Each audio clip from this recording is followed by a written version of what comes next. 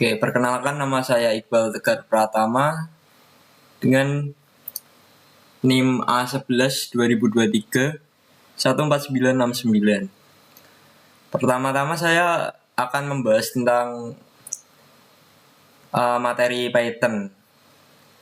Di sini saya akan menjelaskan untuk mata kuliah pembelajaran mesin atau machine learning. Sebelum saya mulai untuk ketiga course yang telah saya pelajari, saya akan menjelaskan materi Python tersebut. Materi ini memang fokus pada konsep dan metode, tetapi seluruhnya biasanya diimplementasikan dengan Python, khususnya menggunakan library scikit-learn, yaitu ensemble dan bagging, lalu boosting dan gradient boosting, selanjutnya stalking. Nah, penanganan kelas tidak seimbang biasanya menggunakan library tambahan seperti imbalance line, lalu evaluasi model, lalu parallel processing. Nah, materi ini tidak hanya bersifat teoritis. Seluruh metode ensemble dan penanganan kelas tidak seimbang diimplementasikan secara nyata menggunakan Python, terutama melalui library scikit-learn dan imbalance line yang merupakan standar industri dalam machine learning.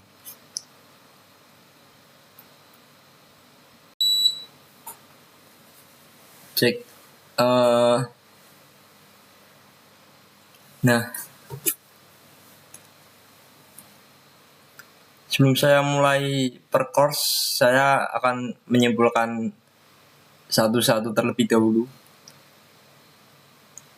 Exploration data atau EDA mencakup ringkasan data dan tujuan analisis, lalu pentingnya insight dan interpretasi, serta fokus komunikasi hasil, serta persiapan data sebelum modeling.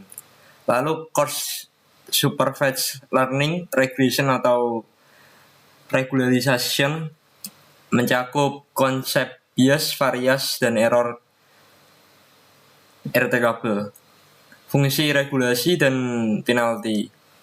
Lalu membahas rake, lasso, elastic net tanpa rumus dan kode berat, serta fokus pemilihan model terbaik.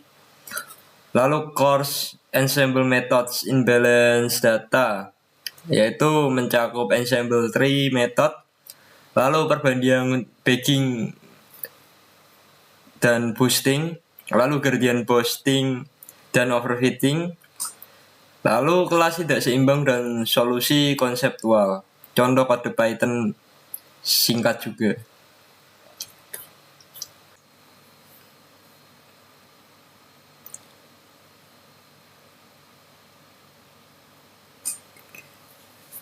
Assalamualaikum warahmatullahi wabarakatuh. Perkenalkan, saya Iqbal Tegar Pratama dengan NIM A11 2023 14969.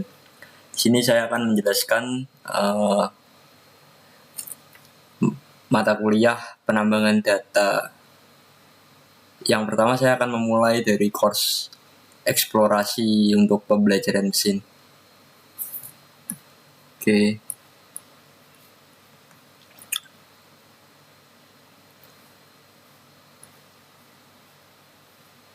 Di sini.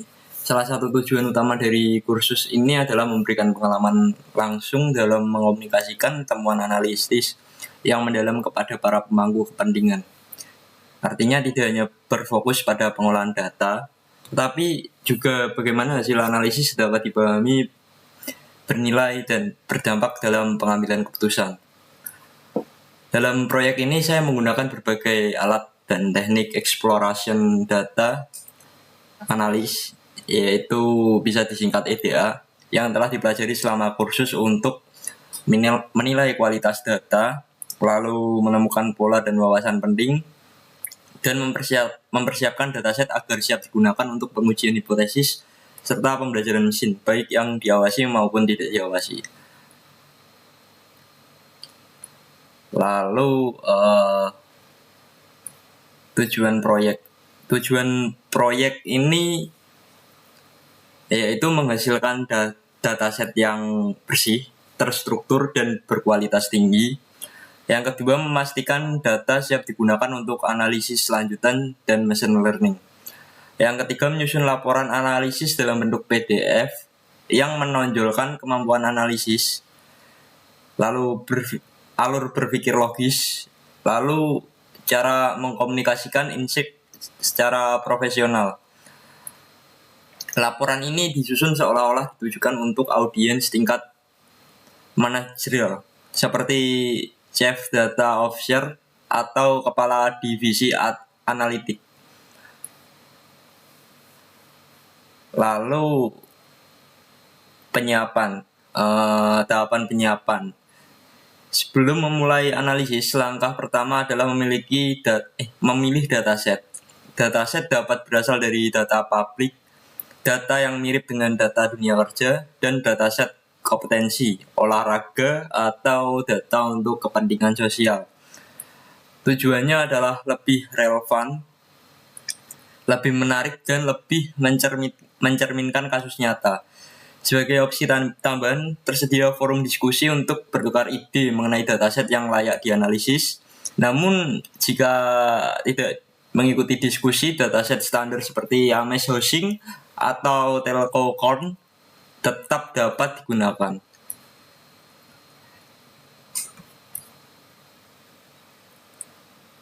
Lalu, ringkasan data.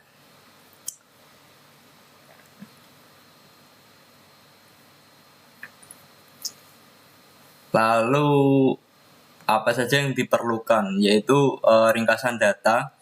Pada bagian ini dijelaskan ukuran dataset, mungkin beserta jumlah dan kolom, lalu variabel-variabel utama, dan variabel target yang ingin dianalisis atau diprediksi. Tujuannya adalah memberikan gambaran awal dataset secara ringkas dan jelas. Lalu rencana eksplorasi data. Bagian ini menjelaskan strategi analis yang akan dilakukan, lalu alasan pemilihan metode analis, dan arah dan tujuan eksplorasi data. Yaitu rencana EDA menunjukkan bahwa analisis dilakukan secara terstruktur dan tidak asal mencoba. Lalu EDA, hasil eksplorasi EDA.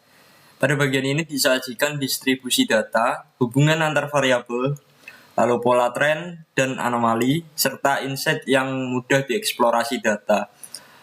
Dan EDA harus inovatif, berwawasan, dan dapat ditindaklanjuti. Lalu pembersihan data. Pembersihan data dan rekayasa fitur. Bagian ini menjelaskan secara rinci penanganan nilai yang hilang, pengkodean data kategorikal, transformasi fitur, dan visualisasi data sebelum dan sesudah pembersihan. Laporan ini juga menyertakan tangkapan layar untuk menunjukkan proses dan hasil yang diperoleh. Lalu ringkasan atau rangkuman. Ya, di bagian ini seluruh hasil EDA dirangkum menjadi insight utama, kesimpulan penting, dan implikasi praktis dari data. Bagian ini menjadi nilai analis terutama bagi pengambil keputusan. Lalu perumusan hipotesis. Perumusan hipotesis. Laporan menyajikan minimal tiga hipotesis yang relevan dengan dataset. Misalnya hubungan antar variabel, lalu pengaruh faktor tertentu terhadap variabel target. Hipotesis ini menjadi dasar untuk analisis statistik lebih lanjut. Lalu uji signifikasi. Setidaknya satu hipotesis diuji secara mendalam menggunakan metode statistik yang sesuai atau interpretasi hasil uji. Bagian ini menunjukkan pemahaman statistik, kemampuan analisis kuantitatif, lalu kedalaman berpikir analitis. Lalu kesimpulan utama dan langkah selanjutnya. Kesimpulan utama yaitu kesiapan dataset untuk machine learning, lalu rekomendasi pengembangan selanjutnya. Kita lanjut di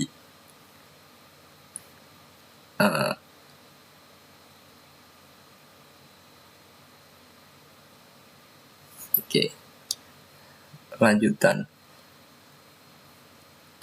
Setelah menyelesaikan kursus analisis data eksplorasi untuk pembelajaran mesin, peserta diharapkan memiliki pemahaman kuat tentang EDA, lalu menyiapkan data secara profesional, dan siap melangkah ke tahap machine learning. Jalur pembelajaran lanjutan. IBM Machine Learning Specification, lalu IBM Machine Learning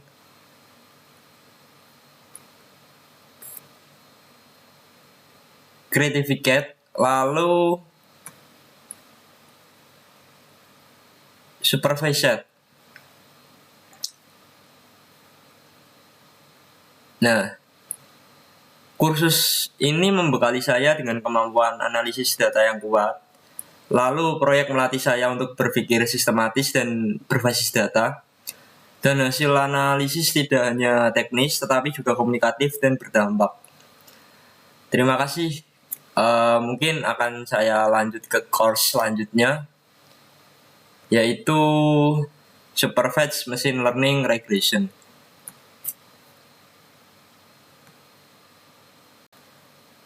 Oke, baik, saya lanjut ke ringkasan dan tinjauan. Di sini saya ingin menjelaskan tentang course regresi.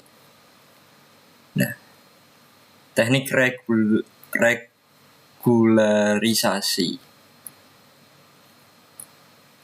3 sumber kesalahan untuk model Anda adalah bias, varias, dan kesalahan yang tidak dapat direduksi. Bias kesalahan karena modul terlalu sederhana, lalu varias kesalahan karena modul terlalu kompleks dan terlalu mengikuti data latih. Lalu kesalahan yang tidak dapat direduksi yaitu noise alami dalam data. Tujuan utama kita dalam permodelan adalah menemukan keseimbangan terbaik antara bias dan varias sehingga model dapat bekerja dengan baik pada data baru. Lalu mungkin regularisasi.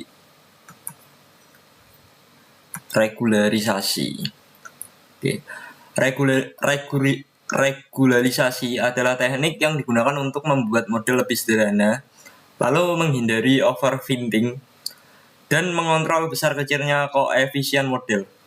Regularisasi bekerja dengan menambahkan parameter kekuatan regularisasi ke dalam fungsi biaya, memberi hukuman pada koefisien yang terlalu besar, serta mengurangi kompleksitas model secara keseluruhan. Selain itu, regularisasi juga berfungsi sebagai seleksi fitur karena kontribusi fitur yang kurang penting dan dikecilkan. Lalu regresi rate L2. Pada regresi rate, penalti kompleksitas lambda sebanding dengan kuadrat nilai koefisien, serta koefisien akan dikecilkan ke arah 0, tetapi tidak menjadi 0 sepenuhnya. Dampak rate menambah sedikit bias pada model, lalu mengurangi varians secara signifikan, serta membuat model lebih stabil. Nilai lambda terbaik biasanya dipilih menggunakan validasi silang. Selain itu, fitur perlu diskalakan, misalnya dengan standar scalar agar penalti tidak bias terhadap skala variabel. Lalu regresi Lasso. Pada regresi Lasso, penalti kompleksitas banding dengan nilai absolute koefisien. Lasso adalah singkatan dari Less Absolute Strict and Selection Operator. Ciri utama Lasso adalah mampu membuat beberapa koefisien menjadi 0, lalu serta otomatis melakukan seleksi fitur, serta model menjadi lebih sederhana dan mudah diinterpretasikan. Seperti rate meningkatkan nilai lambda, menjaga bias serta menurunkan variasi. Namun Lasso lebih agresif dalam meninggalkan fitur dibanding Rect. Lalu ElasticNet. ElasticNet adalah pendekatan gabungan antara Rect dan Lasso. Ciri utamanya menggunakan L1 dan L2 sekaligus, serta memiliki parameter tambahan alpha untuk mengatur keseimbangan antara penalti L1 dan L2. Mengapa ElasticNet penting? Lasso unggul dalam interpretabilitas. Rect stabil ketika banyak fitur yang saling berkorelasi. ElasticNet menggabungkan kelebihan dari keduanya. Pendekatan ini cocok ketika banyak fitur relevan, serta terdapat korelasi antara fitur dan diperlukan model yang stabil dan tetapi tetap interpretatif. Lalu makna teoritis regulasi. Teknik regularisasi dapat dipahami dari 3 sudut pandang. Yang pertama, analitis, yaitu penambahan penalti pada fungsi biaya. Yang kedua, geometris, yaitu penambahan ruang solusi koefisien. Yang ketiga, probabilistik, yaitu asumsi distribusi prior pada parameter.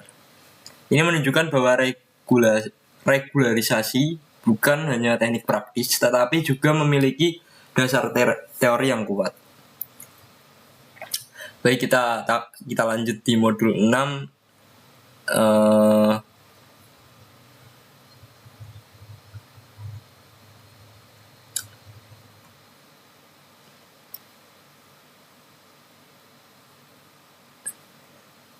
Skenario proyek, yaitu tujuan proyek. Salah satu tujuan utama dari kursus ini adalah melatih kemampuan mengkomunikasikan temuan analitis yang berwawasan dan berdampak kepada pemangku kepentingan. Dalam proyek ini saya melatih beberapa model regresi linear, lalu membandingkan berbagai variasi regresi, lalu memilih model yang paling sesuai dengan kebutuhan analisis, serta mengkomunikasikan insight yang perlu diperoleh dari proses permodelan. Nah, hasil yang diharapkan setelah mengikuti langkah-langkah yang dipandu yaitu saya memperoleh wawasan yang dapat menjelaskan atau memprediksi variabel target, serta saya menghasilkan laporan akhir yang menonjolkan kemampuan analisis, lalu proses berpikir logis, serta pengambilan keputusan berbasis data. Untuk pemilihan dataset, saya memilih dataset yang relevan dan menarik. Dataset dapat berasal dari sumber publik atau rekomendasi forum diskusi. Terus pemilihan dataset sangat mempengaruhi kualitas insight yang dihasilkan. Oke, itu dari saya mengenai regresi. Saya akan lanjut di clarification.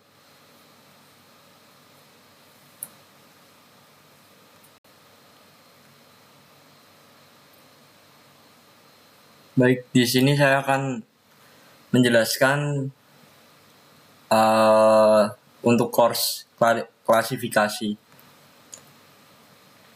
Metode berbasis ensemble. Konsep dasar ensemble. Ensemble adalah teknik machine learning yang menggabungkan beberapa model untuk menghasilkan prediksi yang lebih baik dibandingkan satu model tunggal. Pada ensemble pohon keputusan, beberapa pohon digabungkan agar model menjadi lebih stabil, lalu kesalahan prediksi berkurang, serta kemampuan generalisasi terhadap data baru meningkat. Metode ensemble pohon yang paling umum digunakan adalah bagging, boosting, serta random forest. Bagging yaitu bootstrap engrating, lalu random forest adalah pengembangan dari bagging. Serta boosting adalah metode ensemble yang bersifat additif dan berurutan. Lalu Gaussian boosting merupakan pengembangan dari boosting dengan pendekatan optimalisasi. Lalu overfitting dan pengendalian. Karena sifat adiktifnya gradient boosting rentan terhadap overfitting, hal ini dapat dikendalikan dengan validasi silang, lalu mengatur jumlah literasi boosting.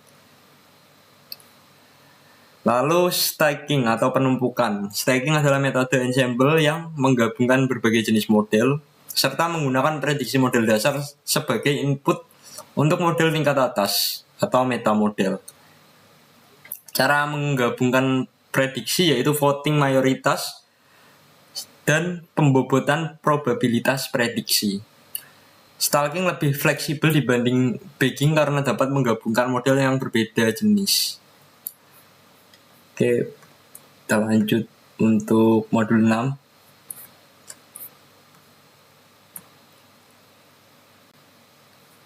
Permodelan kelas tidak seimbang. Masalah kelas tidak seimbang dalam banyak kasus nyata jumlah data antar kelas tidak seimbang.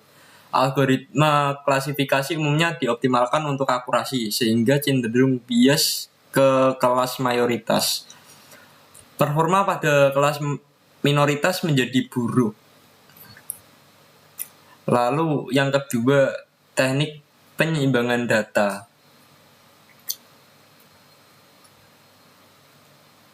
Penyeimbangan data yaitu ada 3, downsampling, upsampling, serta kombinasi. Pendekatan permodelan khusus. Pendekatan yaitu sampling. Lalu oversampling sintetis, smooth. Membuat data sintesis baru berdasarkan tetangga terdekat kelas minoritas, serta mengurangi overfitting dibanding duplikasi langsung. Kesimpulan dari saya, ensemble meningkat akurasi dan stabilitas model. Boosting fokus kepada kesalahan model sebelumnya. Kelas tidak seimbang memerlukan penanganan khusus agar model adil dan akurat. Oke, baik. Untuk kesimpulan saya,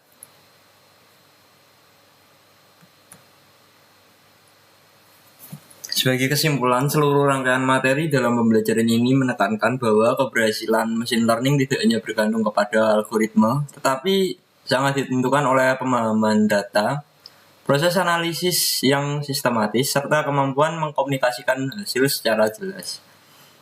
Proses dimulai dari EDA untuk memahami struktur, kualitas, dan pola data. Tahap ini sangat penting karena membantu mengidentifikasi potensi masalah, peluang, insight, serta memastikan data siap digunakan untuk analisis lanjutan dan permodelan. Selanjutnya pada tahap regresi dan regularisasi, kita dapat mempelajari bagaimana memilih model yang seimbang antara bias dan varias. Nah, teknik regularisasi seperti Red, Lasso, dan ElasticNet digunakan untuk mengurangi overfitting, serta meningkatkan generasi model, serta membantu dalam seleksi fitur yang relevan. Pada tahap lanjutan, metode ensemble seperti bagging, random forest, serta boosting, dan stacking diperkenalkan untuk meningkatkan performa dan stabilitas model dengan mengkombinasikan beberapa model sekaligus. Selain itu, dibahas pula strategi penanganan data dengan kelas tidak seimbang yang sangat penting dalam kasus nyata seperti deteksi penipuan atau pelanggaran. Secara keseluruhan, pembelajaran ini membekali kita dengan alur analisis data yang lengkap, mulai dari eksplorasi data, lalu permodelan yang tepat, hingga penyampaian wawasan yang berdampak pada pengambilan keputusan. Pendekatan ini memastikan bahwa solusi machine learning yang dibangun tidak hanya akurat secara teknis, tetapi juga bernilai secara bisnis dan mudah dipahami oleh pemangku kepentingan.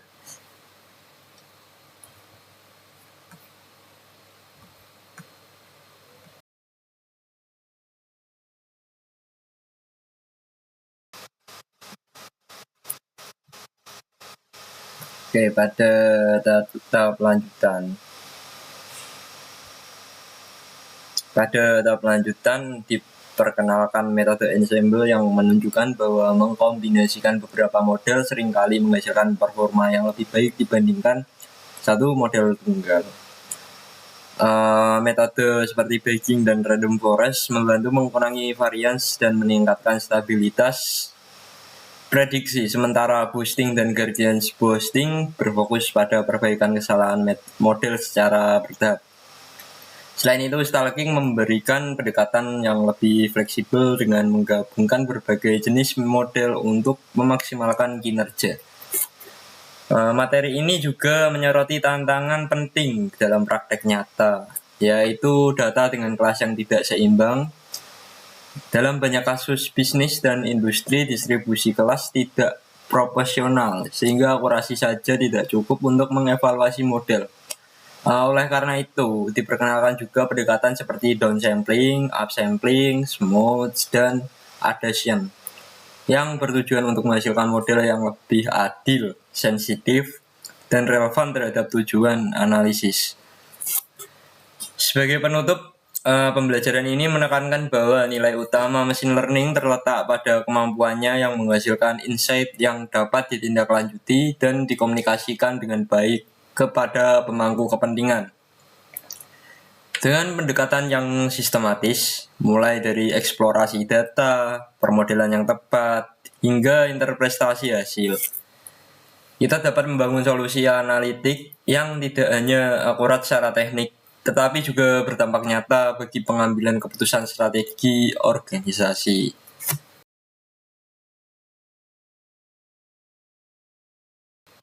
Oke. Sebagai catatan penting, perlu dipahami bahwa machine learning bukan solusi instan untuk semua permasalahan. Model yang terlihat memiliki performa tinggi pada data pelatihan atau validasi belum tentu akan bekerja dengan baik ketika diterapkan pada data yang dinamis dan kompleks. Oleh karena itu, hasil analisis dan model harus selalu ditafsirkan dengan hati-hati dan kritis. Kualitas pada data yang digunakan, data yang bias, tidak lengkap, atau tidak representatif dapat menghasilkan model yang menyesatkan. Meskipun algoritma yang digunakan sudah canggih, dengan kata lain, model yang tidak baik dapat menggantikan data yang buruk. Selain itu, peningkatan kompleksitas model seperti penggunaan ensemble dan boosting memang dapat meningkatkan akurasi, tetapi juga membawa resiko overfitting, berkurangnya interpretabilitas, dan meningkatkan biaya komputasi. Oleh karena itu, pemilihan model harus selalu mempertimbangkan keseimbangan antara performa, transparansi, dan kebutuhan penggunaan akhir.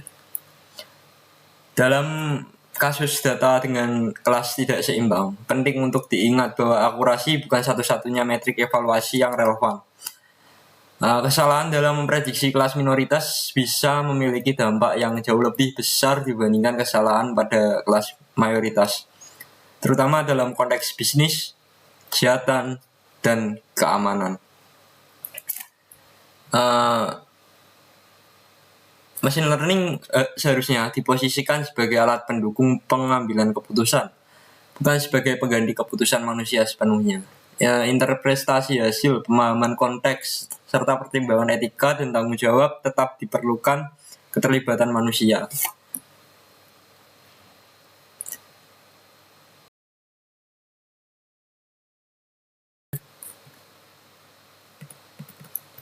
Lebih jauh lagi, pembelajaran ini mengajarkan bahwa machine learning bukan sekedar proses teknik, menulis kode atau menjalankan algoritma, melainkan sebuah pendekatan analitik yang struktur dan berbasis pengambilan keputusan. EDA berperan sebagai tahap krusial untuk mengurangi resiko kesalahan sejak awal. Karena banyak kegagalan model di dunia nyata justru berasal dari pemahaman data yang tidak memadai.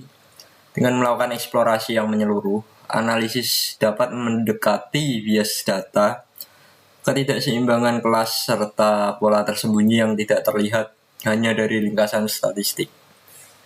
Lalu pemilihan dan penyetelan model khususnya melalui regularisasi dan ensemble menunjukkan bahwa tidak ada satu model terbaik untuk semua masalah. Setiap pendekatan memiliki kelebihan dan keterbatasan, sehingga proses harus selalu dikaitkan dengan tujuan analisis, konteks, data, serta kebutuhan bisnis atau organisasi. Inilah mengapa validasi silang, evaluasi performa, dan interpretasi hasil menjadi sama pentingnya dengan akurasi model itu sendiri. Selain itu, penanganan data tidak seimbang menegaskan bahwa metrik evaluasi dan keadilan model harus menjadi perhatian utama. Model yang terlihat baik secara numerik atau bisa saja gagal dalam mendeteksi kasus penting, terutama pada kelas minoritas yang justru sering memiliki nilai strategis tinggi, seperti resiko, anomali, atau jam pelanggan. Pada akhirnya, seluruh rangkaian course ini membentuk pola pikir bahwa seorang analis atau praktisi machine learning harus mampu menjebatani aspek teknik dan non-teknik. Kemampuan untuk menyampaikan hasil analisis secara jelas, ringkas, dan relevan kepada pemangku kepentingan merupakan kompetensi kunci yang membedakan analisis yang sekedar bahkan secara matematis dengan analisis yang memberikan dampak nyata.